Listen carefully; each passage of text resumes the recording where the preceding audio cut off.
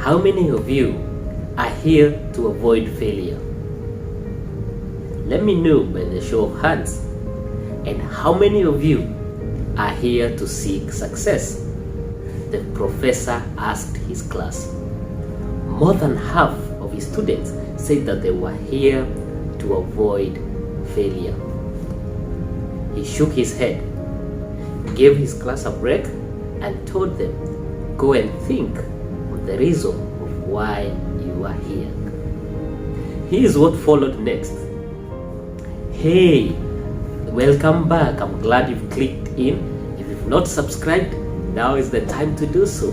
Like, comment, share, and click that notification bell on so you won't miss a single video each time that I upload. Let's get into the story, right? A story is told by Scott Geller. Scott Geller is an author, a behavioral psychologist, and a professor at Virginia Tech. One day, Scott Geller walked in his class and he posed a question to his students. He asked, by show of hands, how many of you are here to avoid failure? And by show of hands, how many of you are here to seek success? To his surprise, more than half of his students raised their hands that they were there to avoid failure. And a minimum number were in class to seek success. He paused his lesson, looked at his class, shook his head. He told them, I'm gonna give you a break. You go outside and think on why you're here, because I think most of you are in the wrong classroom. He went ahead and told them that either you woke up to an alarm clock or an opportunity clock. You either told your parents, I need to go to class, or I got to go to class. What's the difference? The professor went ahead and said that there's something called self-motivation or mindfulness on why you do things that you're doing. If you woke up to an alarm clock, you're just ready for anything that might happen through the day. But if you woke up to an opportunity clock, the mindset of an opportunity clock, it shows that you woke up knowing that there are so many opportunities out there and you're going to get them. So he told the students, if you told your parents that you need to go to class, it showed you had a choice of not coming, and that's the best self-motivation. You chose to come. But if you came to class because you got to come to class, it shows that you're boxed. You didn't have a choice. So this is the only choice that you had. The two mindsets will lead to different things after school. The students seemed not to get it quite. He went ahead and told them that self-motivation and mindfulness is the key to achieving what you need to achieve. He finally dismissed his class, told them that the next lesson they are going to discuss it further. That got me thinking, in life, today as you're going on with your day, as you're going on with your businesses, as you're going on with your class, as you're going on with your job, did you go there because you need to or because you got to? You see, there's a difference.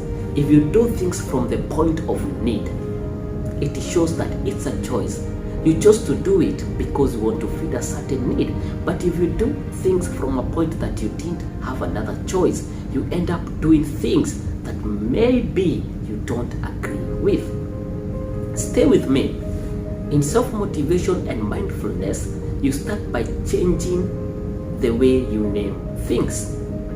If you do things from a point of need, you will enjoy the process, you'll feel fulfilled, and you end up getting results. And it's true, even if you do things from a point of you got to do them, you didn't have another choice, you will still get better results. You may still pass your exams, you may still excel in business, you may still become the best in your field. But chances of you feeling fulfilled and enjoying the process will be very minimal. So you will end up feeling empty. Whenever in life you feel you have a choice, it brings better results than when you feel you don't have a choice. Even the simple things that we need in order for us to survive, they are called basic needs: food, shelter, and clothing, because they come from a point of need. So just take a walk around your company, around your farm, around your area. And the best place to start with, go to a construction site. Ask the few workers there what they are doing, even if you can see what they are doing. You may be surprised there's somebody who will complain about the heat, about the nature of their work, and fair enough, they are entitled to that. But you find somebody whom you'll ask, what are you doing? And he'll tell you, I'm building a mansion, I'm building a house, I'm building a mall. Because he is coming from a point of choice. Self-motivation is the key for you to keep doing what you need to do.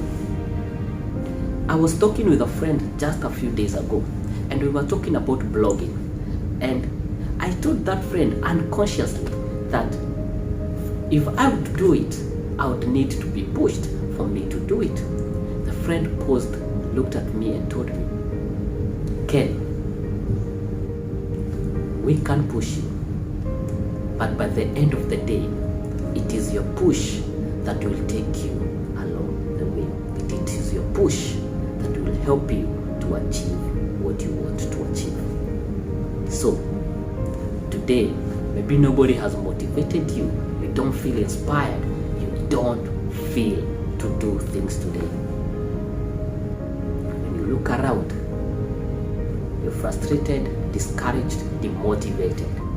But there's one person that can keep you motivated all through, and that is yourself. Mindfulness and self-motivation is a skill that people learn. Nobody was born self-motivated. Nobody was born mindful. Yeah, it's a skill that we pick up, that we learn day in, day out. It's not an easy skill, but it's a possible skill to learn. So, and the best place to start is by changing the words that you use.